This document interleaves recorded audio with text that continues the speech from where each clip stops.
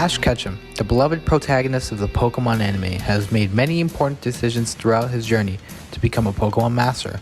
From choosing his first Pokémon to strategizing in battles, Ash has demonstrated his determination and quick thinking time and time again. In this video, we'll be exploring Ash's best decisions, which ultimately led him to be the world's strongest trainer we know today.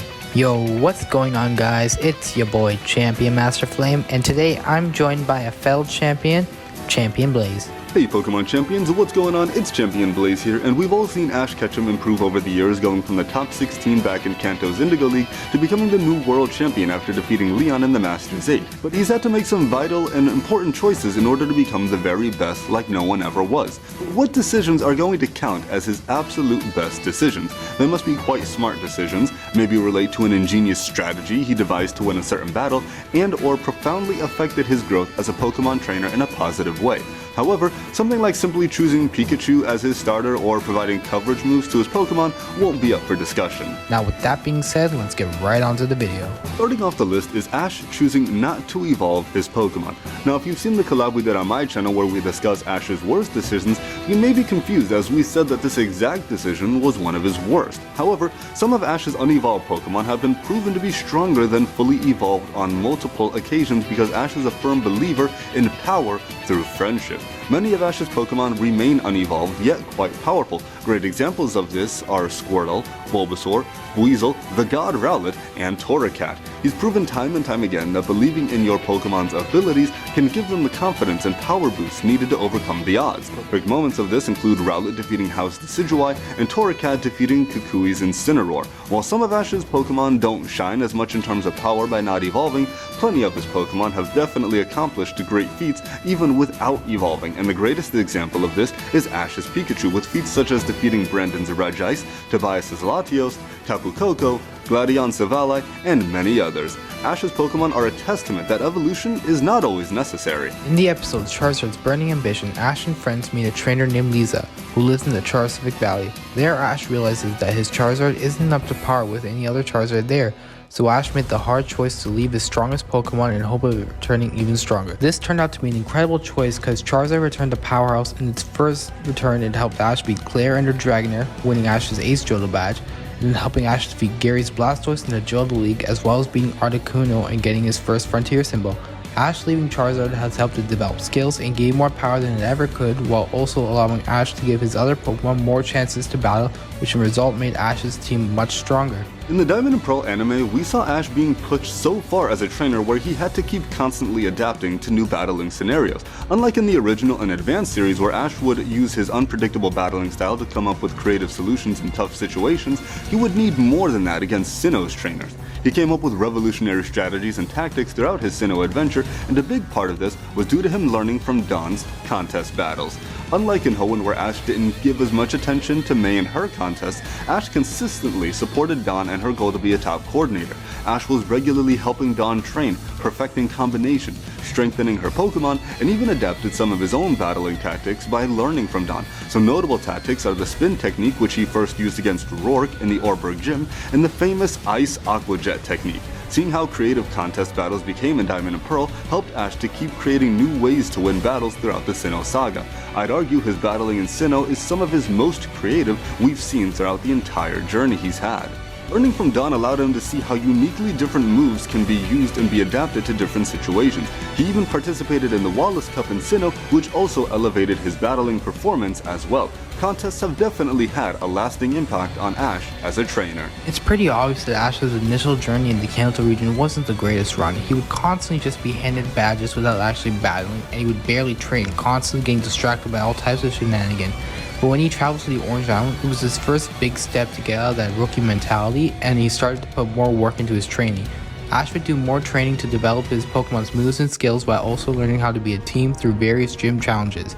The Orange Island is where Ash had finally got through to Charizard, which would be the start of Ash and Charizard's journey to being the best. This is also where Ash had his first full battle, where Ash would have to use all his Pokemon to the best of their ability. This was by far Ash's biggest challenge at the time.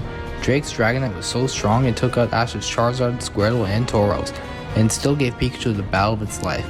By the end, Ash was able to win because of the experience he gained through his travels in the Orange Island. Now before we get into the best decision Ash Ketchum has ever made, there are a couple honorable mentions we'd like to cover first. The first thing being Ash letting Gliscor train with the Air Battle Master during the Galactic Battle season of Sinnoh.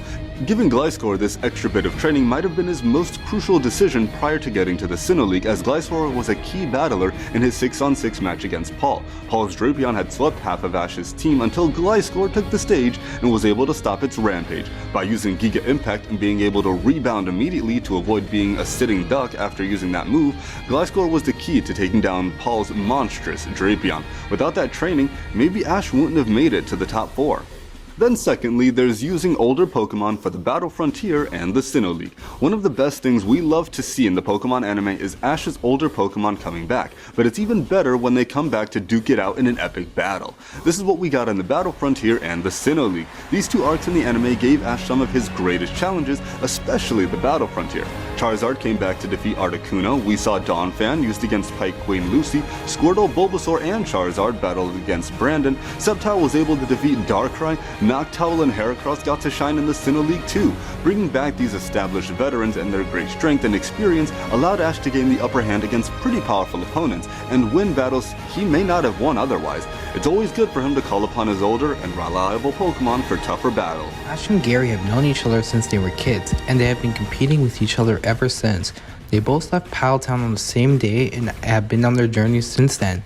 Ash is always trying to beat Gary. First battle they had, Ash lost against Gary's Eevee, and after that, it gave Ash the spark he needed to continue on his journey and head to Johto, where Ash would eventually put his skills he learned from Kanto and Orange Islands to the test. Eventually, Ash and Gary met at the Johto League, where Ash would finally beat Gary, and where Gary told Ash he was retiring from battles and going to travel the world to become a Pokemon researcher. Gary would later go on his journey with only Blastoise, which sparked the idea for Ash to go to Hoenn with only Pikachu. Later on, Ash would come back to Kanto to aim to conquer the Battle Frontier. It was Gary that motivated Ash to keep on going when Ash struggled to beat Brandon, and after it, he won, and it was Gary who motivated Ash to go to Sinnoh.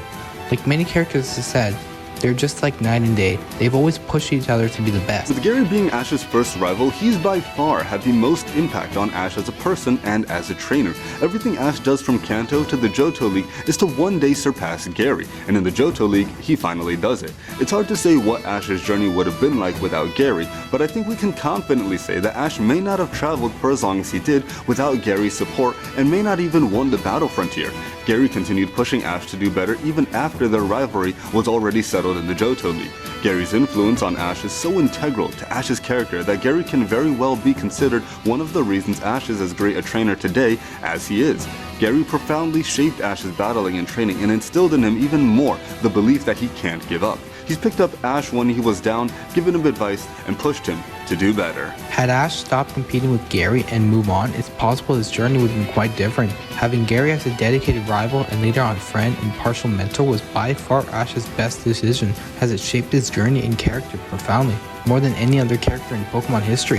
What do you think was Ash's best decision that he made that caused him so much success over the years? Because we're sure to have missed some, so please let us know in the comments below. Huge shout out to the bro Champion Blaze for joining me today. Thanks for having me on the channel today, bro. It was great to chat about Ash Ketchum's best decisions throughout his journey. But what about his worst decisions ever? Be sure to head on over to my channel after this to see what have been Ash Ketchum's worst decisions throughout his journey. You won't want to miss it. For now, I hope you all had a great rest of your day. Make sure to like, subscribe, and have yourself a champion time.